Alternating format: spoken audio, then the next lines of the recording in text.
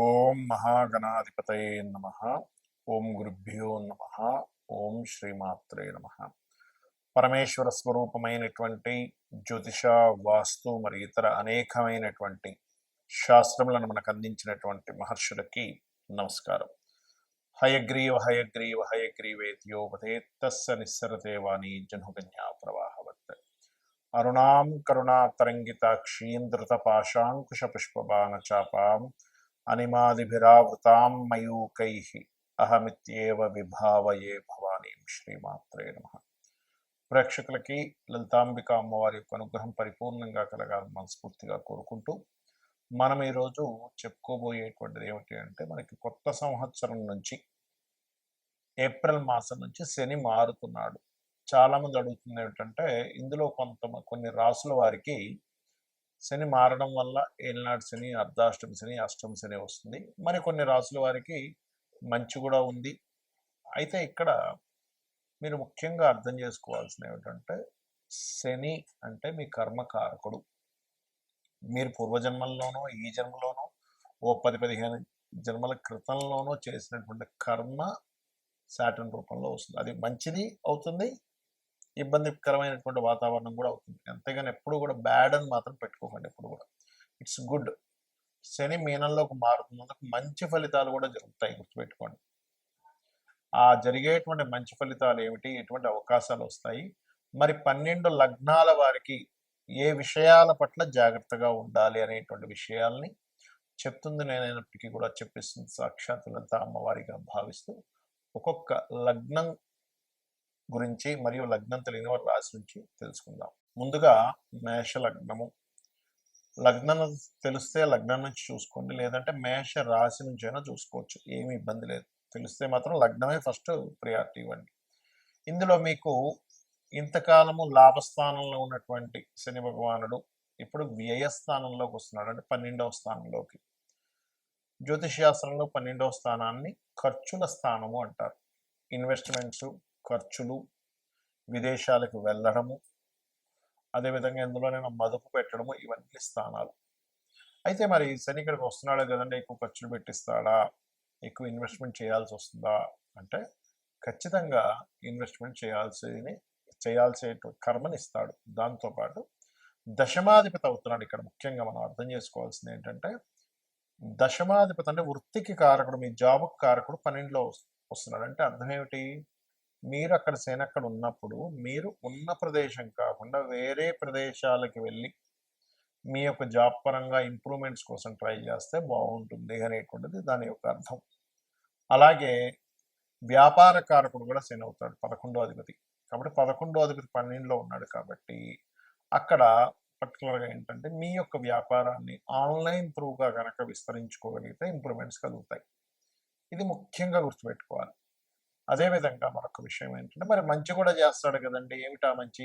ఒకటేమో ఇన్వెస్ట్మెంట్స్ చేసే విషయంలో ఖచ్చితంగా జాగ్రత్తగా ఉండాలి, ఎల్నాట్స్ నడుస్తుంది కాబట్టి. మంచి ఏమిటి అంటే, కొత్త అగ్రిమెంట్స్ చూడండి, చాలాసార్లు మనం అనుకుంటుంటాం, అబ్బా కొత్త వాళ్ళతో పరిచయం అయితే బాగుండు, కొత్త అగ్రిమెంట్స్ అయితే బాగుండు, కొత్తగా ఏదైనా ధైర్యంగా నేను చేసినటువంటి పనికి సక్సెస్ వస్తే బాగుండు అనుకుంటూ ఉంటాం. కాబట్టి ఇక్కడ ఏంటంటే, కొత్త అగ్రిమెంట్స్, కొత్త పరిచయాలు, రుణము కోసం మీరు చేసేటువంటి ప్రయత్నం ఖచ్చితంగా శని యొక్క ఏలినాటి శని ఇస్తుంది మీకు. అలా అని ఎక్కువ రుణాలు దయచేసి తీసుకోకండి. లిమిట్ మీకు ఎంత అవసరమో అంతవరకు, ఎందుకంటే ఇక్కడ మీ ప్రయత్నం ఫలిస్తుంది. అదేవిధంగా శని యొక్క ప్రభావం 12వ స్థానంలో ఉంది కాబట్టి మీకు దగ్గరలో ఆలయాలు ఏదైనా ఉన్నట్లయితే అక్కడికి వెళ్ళి మీరు ఏం చేస్తారంటే, ఆ ఆలయంలో, శివాలయంలో కావచ్చు, ఎనీ ఆలయంలో అక్కడికి వెళ్ళి సేవ చేయండి. 100% శని యొక్క ప్రభావం మీకు పూర్తిగా తగ్గిపోతుంది. మరి కొంతమందికి జాతక చక్రం ఉండదు, టైము డేటు ఏమీ తెలియదు. అలాంటి వాళ్ళు ఏం చేయాలి, అసలు శని యొక్క ప్రభావం ఉందని ఎట్లా మీరు గుర్తించాలి అంటే, ఒకటే గుర్తుపెట్టుకోండి, ఎప్పుడు కూడా కర్మకారకుడు శని. ఆయన ఏదో మన మీద కక్ష కట్టి, శని కానీ, కుజుడు కానీ, రాహుకేతులు కానీ ఇవేవి మన మీద కక్ష కట్టవు, గుర్తుపెట్టుకోండి. వాటి డ్యూటీస్ అవి చేస్తూ ఉంటాయి. ఇప్పుడు ఎలా అంటే, మనకి దాహం వేసింది అనుకోండి, దాహం వేసిందంటే అదేదో దాహం మన మీద కక్ష కట్టిందని కాదు, లోపల వాటర్ లేదని అది ముందుగా చెప్తూ మనం నీరు తాగేలా చేస్తుంది. అలాగే మనము ఏదైతే గతంలో లోన్ తీసుకున్నాం ఎక్కడైనా, తీసుకున్నప్పుడు వాడొచ్చి అడుగుతాడు, బాబు మీరు లోన్ కట్టాలి అని. మనం దానికి పే చేస్తాం. అంటే ఏంటి? గతంలో మనం ఏదైతే రుణపడి ఉన్నామో వాళ్ళకి డబ్బులు ఇలా ఇస్తున్నామో, ఇవన్నీ కూడా ఈ కష్టాలనుకోండి, నష్టాలనుకోండి, ఇవన్నీ కూడా మనం కృతజన్మల్లో రుణపడి ఉన్నాం వాళ్ళకి. కాబట్టి ఈ రూపంలో వచ్చి మనం చెల్లించుకోవాల్సి వస్తూ ఉంటుంది. ఆ చెల్లించుకునేటువంటి ప్రక్రియే ఈ శని రూపంలోనో, కుజుడు రూపంలోనో, నవగ్రహాలు ఒక్కొక్క రూపంలో ఒక్కొక్కటి వస్తూ ఉంటుంది.